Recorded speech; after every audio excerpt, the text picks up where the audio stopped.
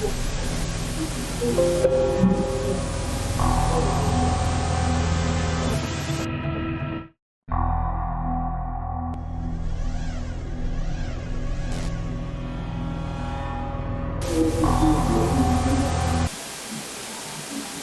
day and welcome to Blast of Times newspaper review. I am Deborah.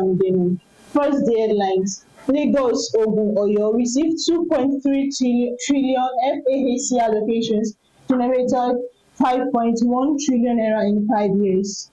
Legal practitioner calls for urgent amendments to combat land grabbing in Ogun.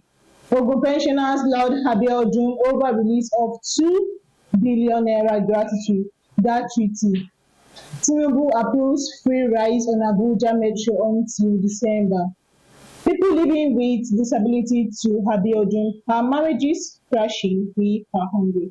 And before we proceed, with me here in the studio is the editor of Platform Times, Dawood Alatiji. How are you today, sir? Good to see you. I'm fine. Glad to have you once again. Yeah. Now to our first headline. Lagos Ogun received 2.3 trillion naira. So what impact do you think this FAC allocation and internally generated revenue had on the economic development?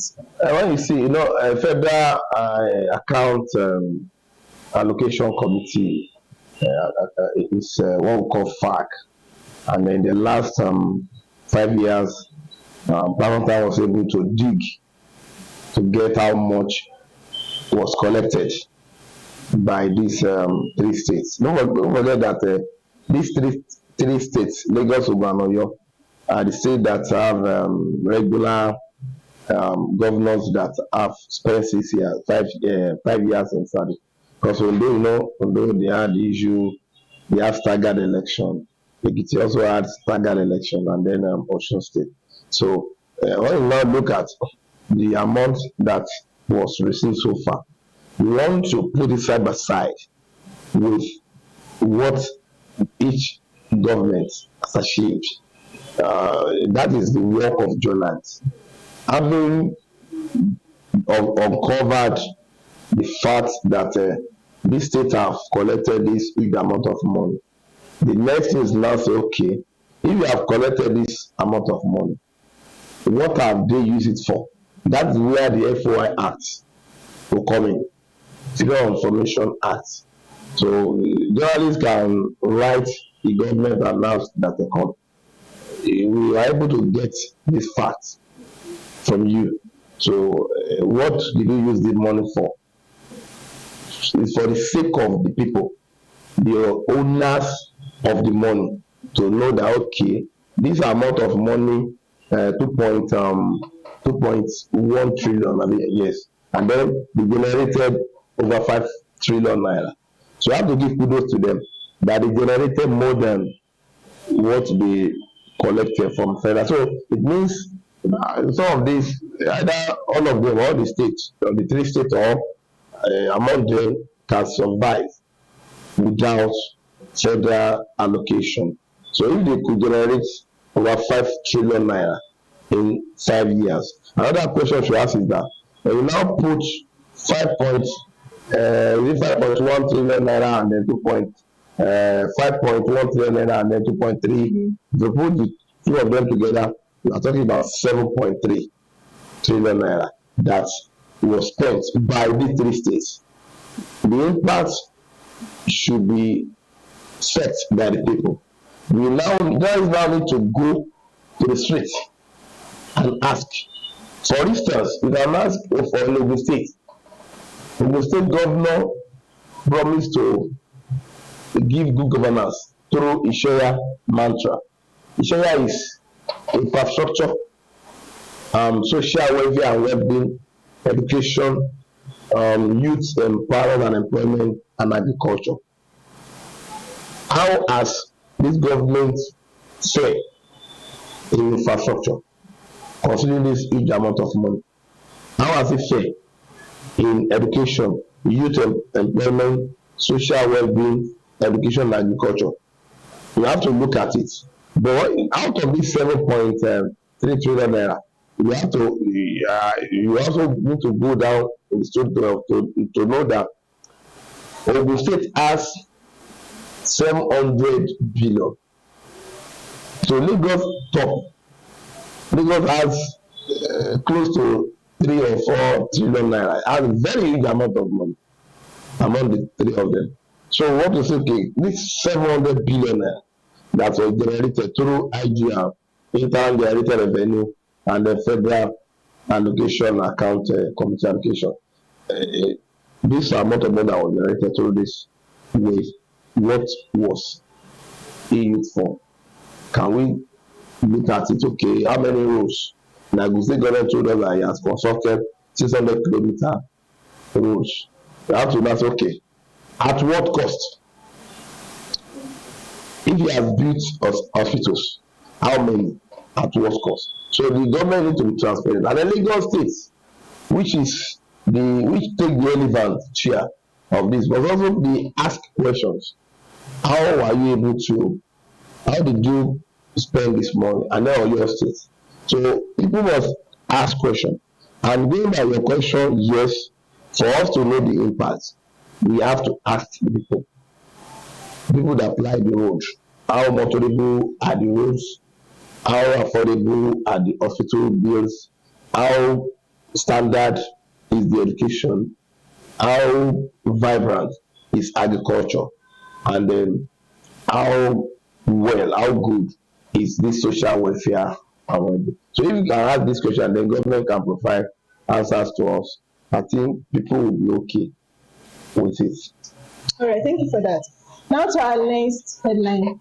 Legal practitioner calls for urgent amendments to combat land grabbing in Ogun. In a bid to address the persistent issue on land grabbing in Ogun State, a prominent legal practitioner, Muruf Balogun, has formally called on the Ogun State House of Assembly to combat menace of land grabbing. So with this, what changes do you think are needed in laws to effectively stop the land grabbing in Ogun State? Having read the story, I got the gist. The gist from the story is that the man, Mr. Balogun, was calling the attention of the stakeholders to the clause, some clauses in 3 sections of the amendment, the law. He's saying that, for instance, the present law allows land grabbers to take original owners to court to facilitate 60 days remand. If you are the landowner, a landowner can come and make use of that law to ensure that you are remanded for 60 days. And within that 60 days, they will have wreaked havoc. But when they report you to police arrest you and they take you to court. The court will ask them to remand you for 60 days. Within that 60 days, they will go back to that land, they will sell the land. Before you come out from that remand home and then say, what did I do?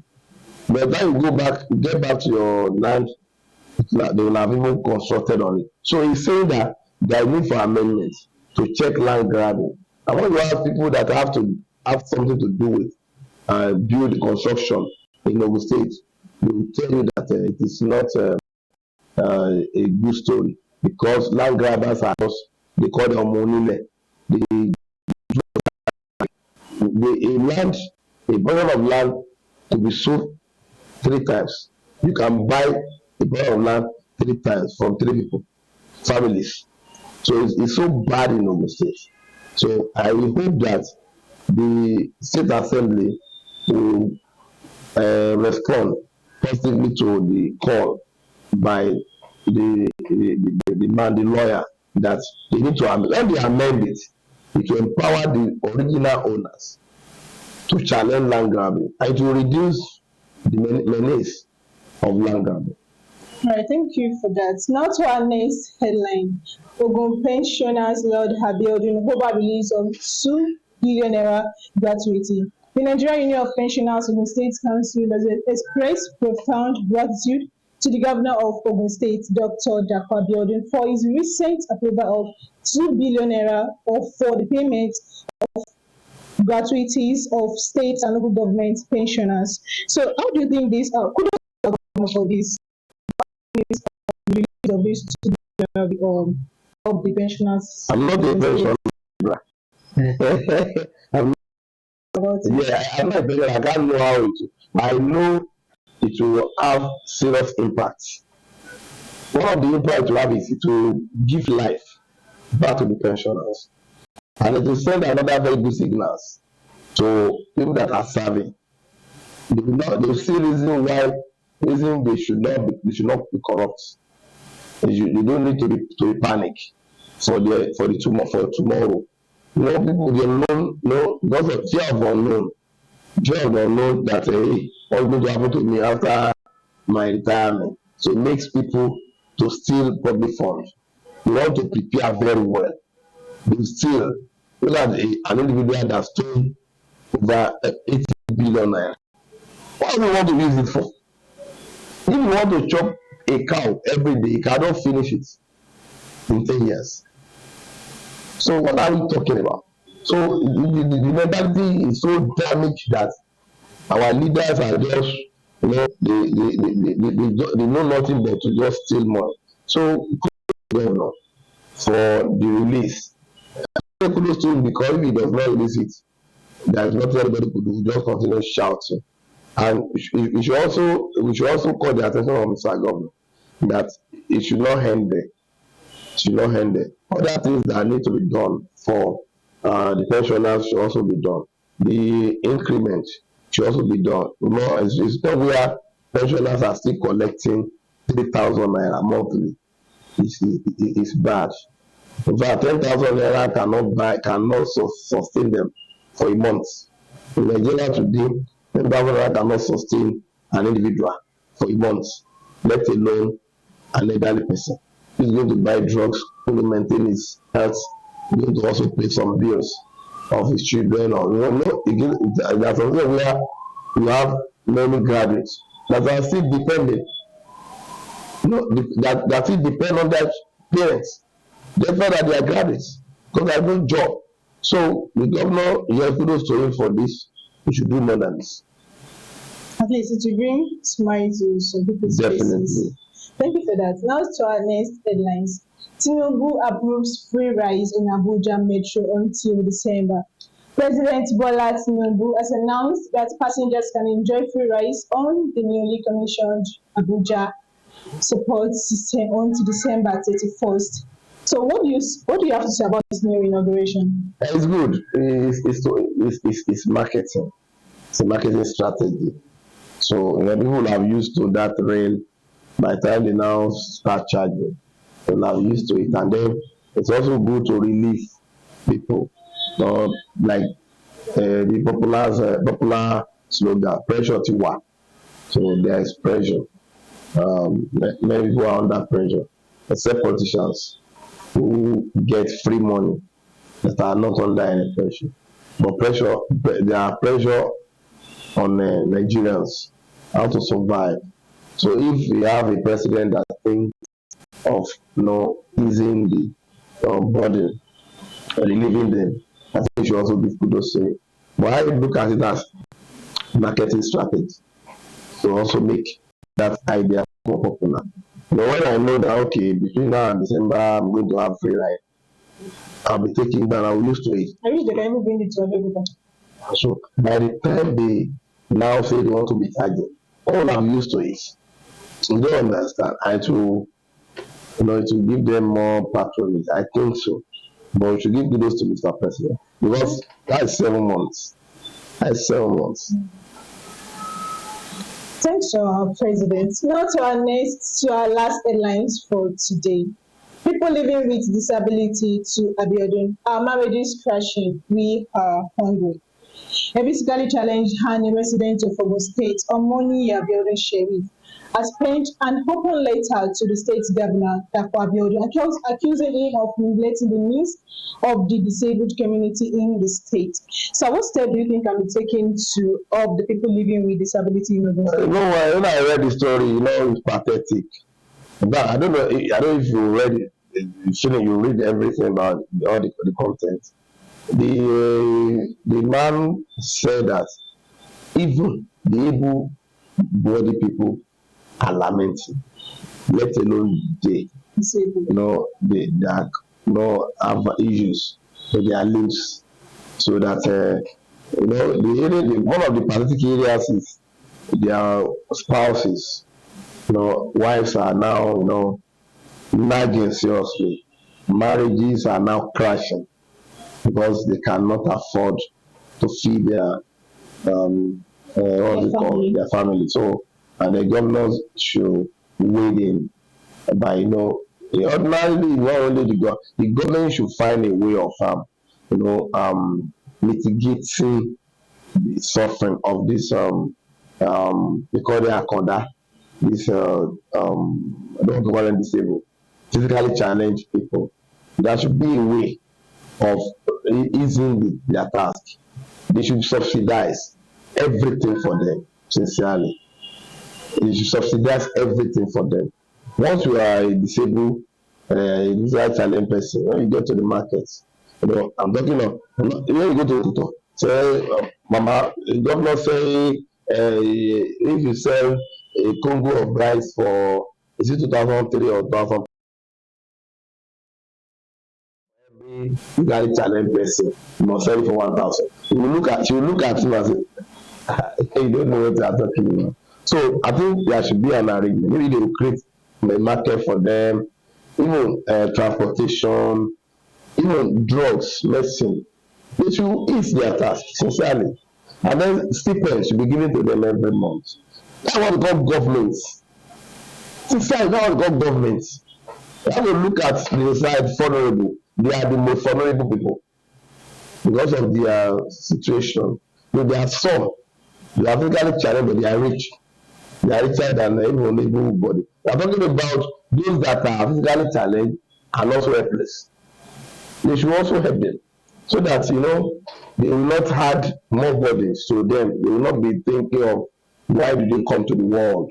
They will not be regretting their life. They will not be thinking that God does not like them. I think there is need for government to. And we also I read the letter. The even letter written to Governor Dapo. I read it, and the guy really raised a lot of issues. And I think Mr. Governor should try to do something for them. Thank you for that. We hope there will be a positive change this time around. Thank you for coming Thank today. you for having me, Deborah. That will be all for today. Don't forget to like, share, comment, and follow us on our social media handles on Facebook, Instagram, Twitter. That will be all for now. Bye for now.